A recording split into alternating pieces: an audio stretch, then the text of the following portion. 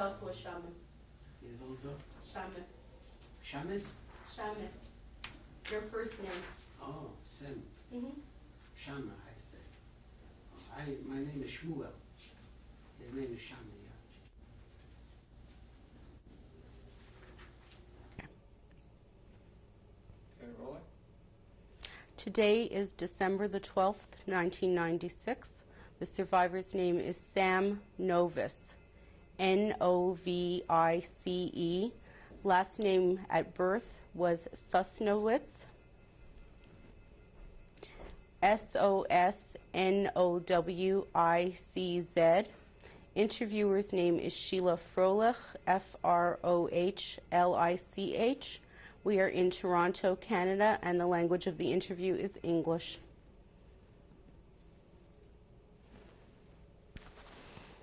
Go ahead. Today is Thursday, December the 12th, 1996. The survivor's name is Sam Novice, N-O-V-I-C-E. Last name at birth, Sosnowitz, S-O-S-N-O-W-I-C-Z. Interviewer's name is Sheila Frolich, F-R-O-H-L-I-C-H. We are in Toronto, Canada, and the language of the interview is English.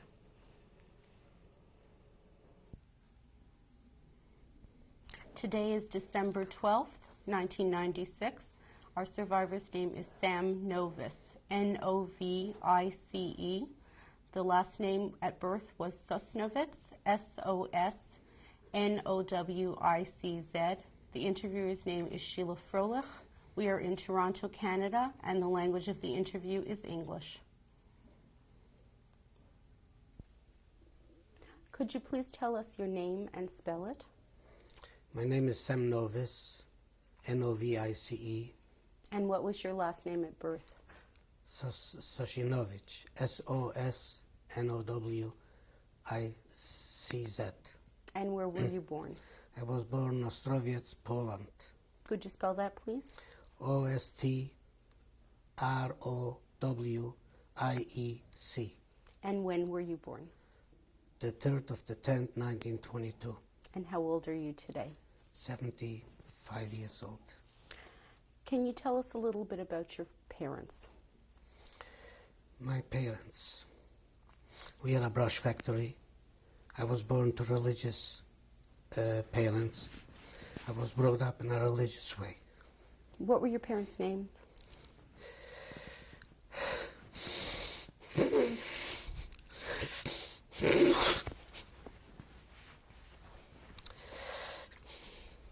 My father's name was Efroy.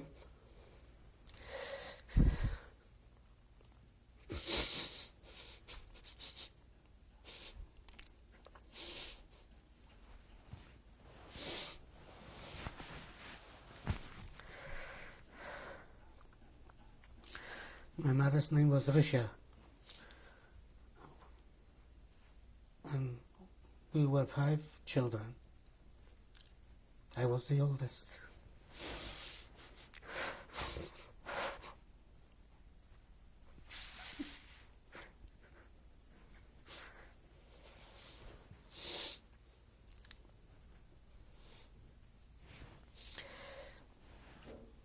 My father died about 1940, from a certain sickness which I don't know exactly, and we were left under Hitler's occupation, and we continued the factory as it was, under my instruction, on my supervision, and until 1942, until the roundup of all the Jews, and my mother and 3 children were involved in this.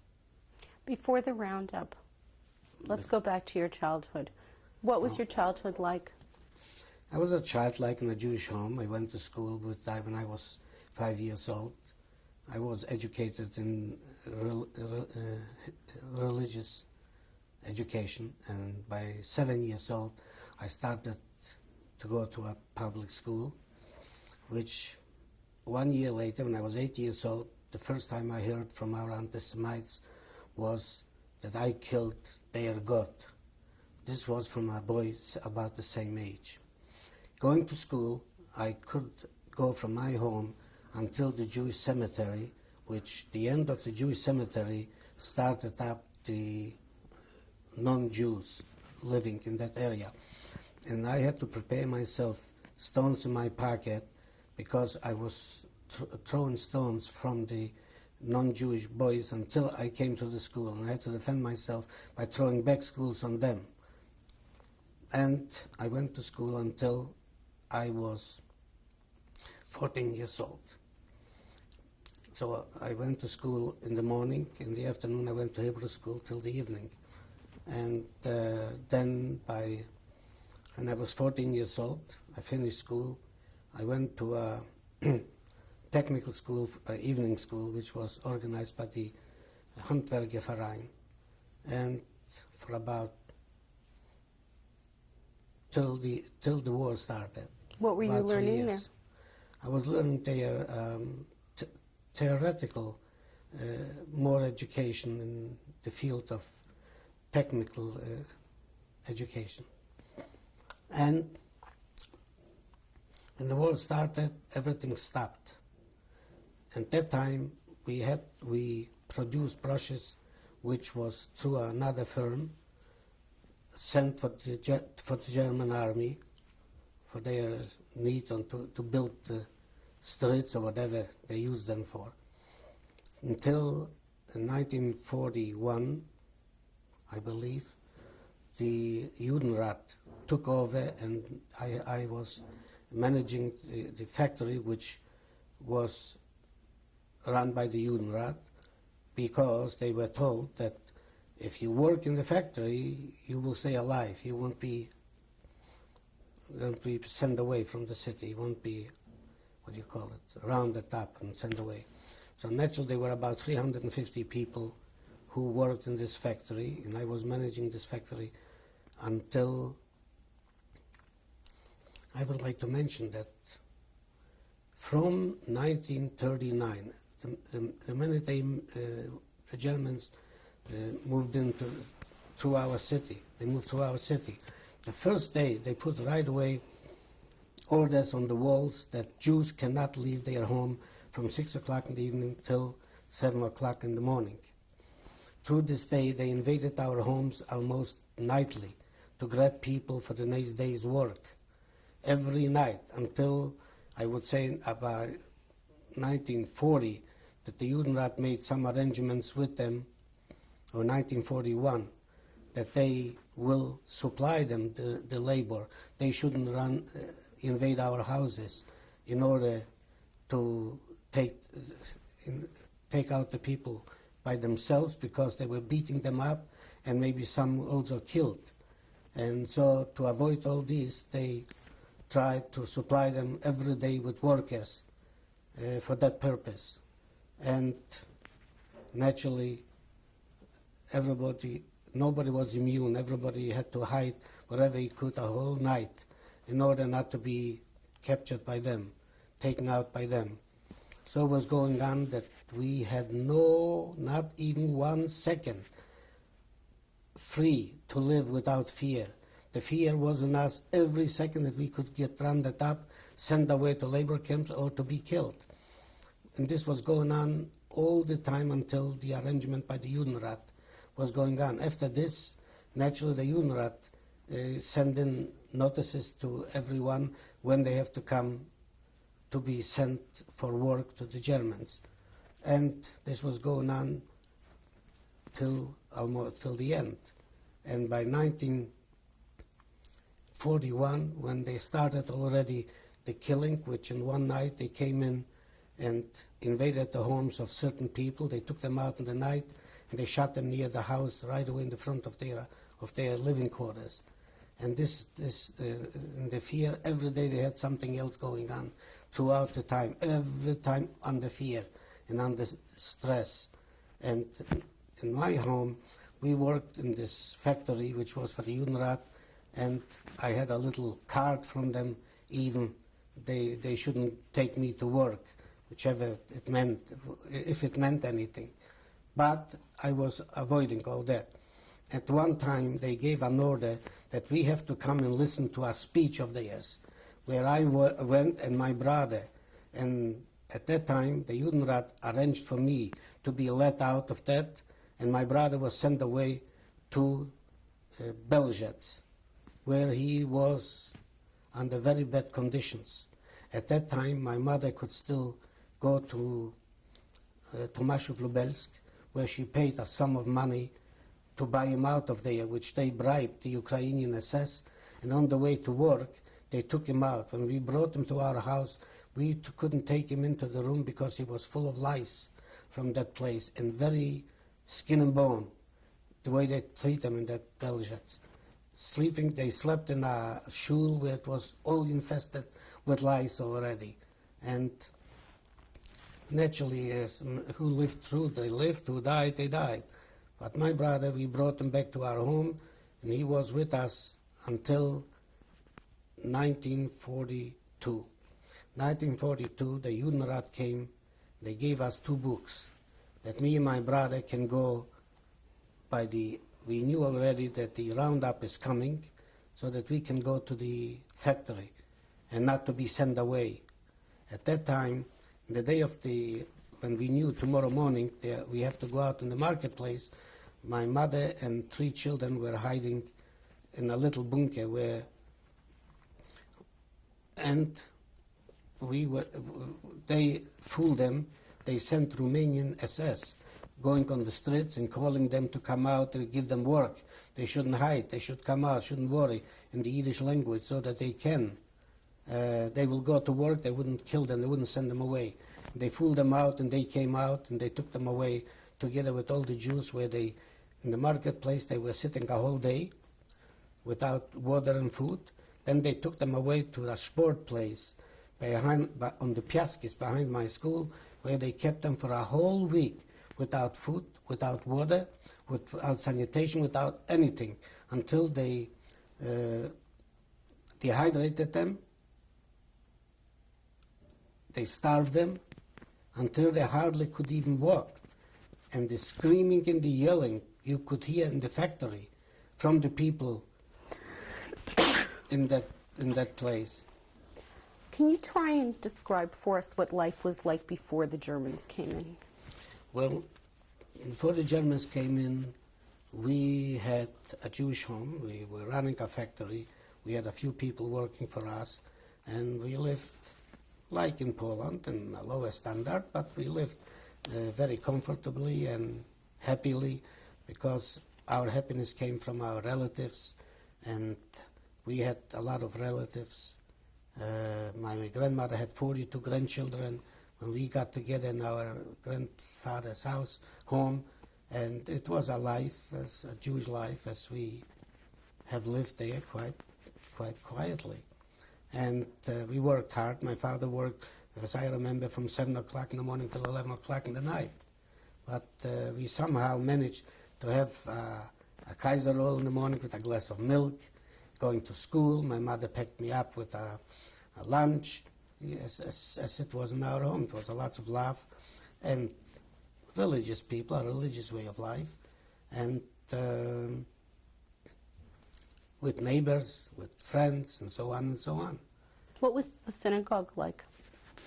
In our synagogue, we had, as you know, we went to one place where we davened in the morning and in the evening. We had another place where we davened in Shabbos. Then we had a third place when we davened when the Chazan was singing. And so this was the life, a systematic life, a Jewish life in our part in Nostrovets, where the whole city was Jewish. And for the poor people, we had also a system where there was the Gichabes Idalech, which they went out and collected food, and they were giving out that food in Wachnes Besmederish for all the people which didn't have what to eat. They came Shabbos there, picked up their food, where I myself was carrying that koish, they called it, which they put in all the food, because I was only 12 years old, 10 years old, or 13 years old, so and the older people didn't supposed to carry on Saturday, so we did the carrying, and they provided every house where they opened the door. We picked up, they gave us the food, and we provided it to that place where it was afterwards divided and given out, handed out to the people, to the needy one. It was a systematic Jewish life where we could never expect what is coming. And the minute when the Germans went in, we were left with no knowledge of such, that something like that could happen. People believe that only God is providing, is running the world, and that nobody can do to us anything bad. And people believed, they were 100% believers, and they believed in that. When the Germans came in, that brutality, this was something that nobody of us could cope, because they were never prepared for such things like organization or rebel or fight back.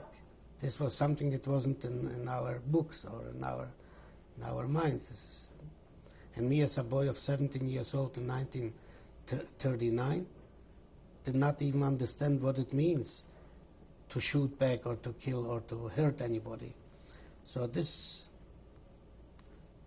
Germans took advantage of that, and they could do with us probably what they wanted. Had there been any warning? No warning whatsoever. No discussion whatsoever. I would suggest that nobody even understood that anything could happen. They like us or they don't like us. We were used to anti-Semitism. We had anti-Semitism in Poland since we were born. So if the Germans are anti-Semitic, didn't mean that can be any worse than the Polish anti-Semites. We understood that the Polish anti-Semites are the worst in the world. So we didn't expect that anything else could come. In the beginning of 1940, 1939-40, when the Polish anti-Semitism was quiet down, the Germans didn't yet take over, we thought, we didn't even believe that so many people came back from Russia and from other parts because nobody could have an understanding of what it is coming, that anything can change. We thought that the opposite, that they're anti-Semitic, the Polish anti-Semites stopped because the anti-Semites took over. And the German anti-Semites were not so cruel as the Polish anti-Semites in 1939-40. They only started to be very cruel the end of 1940, the beginning of 1941. In 41, they started to become real cruel in anti-Semitism. Why do you think the change took place? Well, to fool us. I believe the change took place because in the beginning they didn't want us probably to run away, or they didn't want us to reorganize, to organize ourselves, though, and the Polish anti-Semitism didn't yet, at that time, they were not yet with the Germans together, so they where the Polish stopped a little bit of their anti-Semitism, except if you came in their villages or somewhere. And the Germans at that time didn't start up yet their banditry. They started it up in 1940, the end of 1940-41. Was there an opportunity to organize? No opportunity whatsoever. We were, now I can say that we were surrounded first with spies all around. If anything is happening, Jews couldn't even organize to go for a minyan in a private house, because at that time, the minute the Germans moved in, all the shuls and everything was destroyed or taken out, all the Sefer Torahs, everything was burned, and everything desecrated, so that there was no prayer house whatsoever anymore the minute they moved in. So people didn't have a chance even, they didn't even understand what it means organizing themselves. If there was a religious Jew who had Yom Tov, Yom Kippur, the first Yom Kippur, a davening, the Germans raided it and they took them out and beat them up to blood.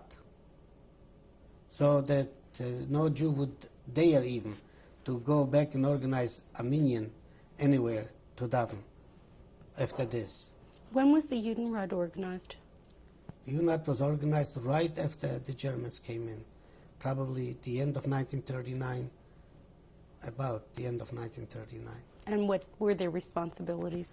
The responsibilities were to keep us in check, in control. They supposed to do what the Germans were doing, to control us and to collect probably money from everybody at that time. And for what other purpose? They created a Jewish police, that the Germans shouldn't have to come in and grab the people afterwards.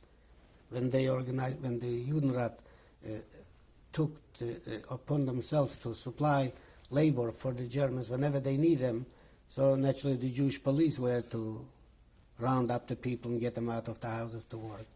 This was the function, as I can understand, from the Judenrat. And also the Judenrat was also to look after Jews which they threw out of their homes around the German borders. From these, they started up right away to move all the territories which Hitler connected to the Third Reich. Is all the Jews they threw out right away in the beginning from there, and they were moved in like to us, to other towns, where the Judenrat took care of them to give them some food to eat, because they came in a very bad shape, and also they put them into homes of other people. And this was the function of the Judenrat, to do whatever the Germans want from us. What kind of news did they bring you when they arrived? News. The Germans? The Jews that had been displaced. Oh, they came in that they drove them out of there. They had to give them notice to pack up and leave, that this territory is being connected to the Third Reich. So all the Jews had to leave that area. Everything they had to leave everything and leave and come to the cities where more into the country. The cities which they had to evacuate were border cities with Germany, which they, as probably you know, that they connected these towns, these areas to the Third Reich. So no Jew supposed to live in the Third Reich. At that time they moved in some family to my grandmother's home, which was a small home. They packed them in anyway. And it was they were already starting to concentrate the people in smaller space, and probably to have them ready when they need them. What was your grandmother's name?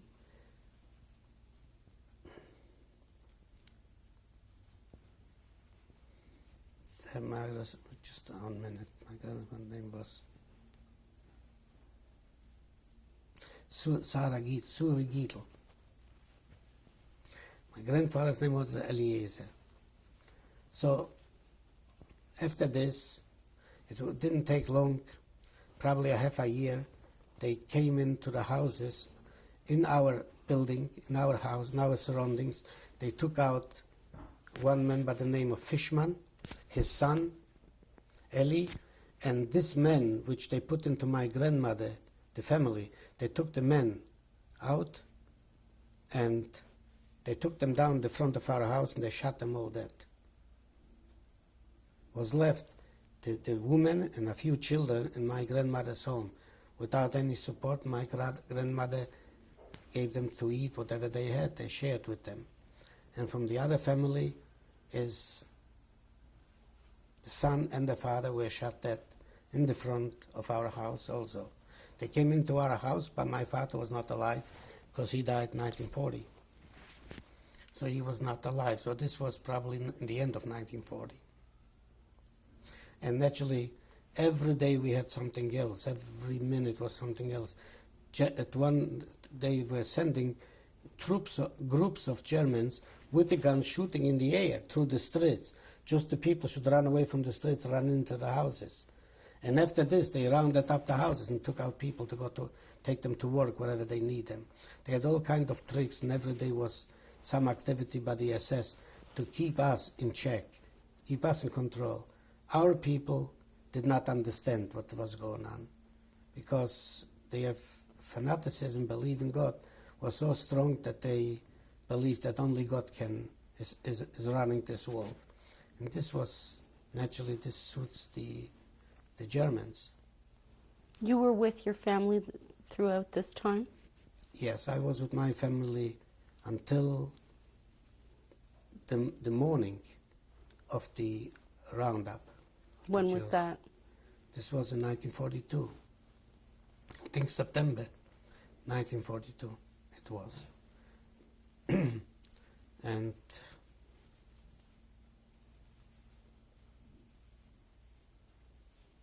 when they rounded up, the day of the roundup in the morning, I was running with my brother and my cousin, which we had taken out from Warsaw Ghetto in 1941. He was with us.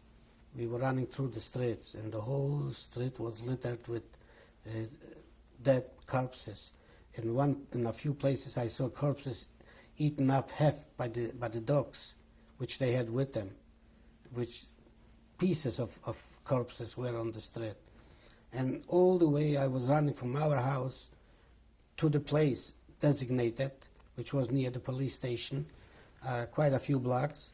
And all that way I was beaten up by the Lithuanian SS with sticks. I was holding my book in my hand. Otherwise, probably they would do something else.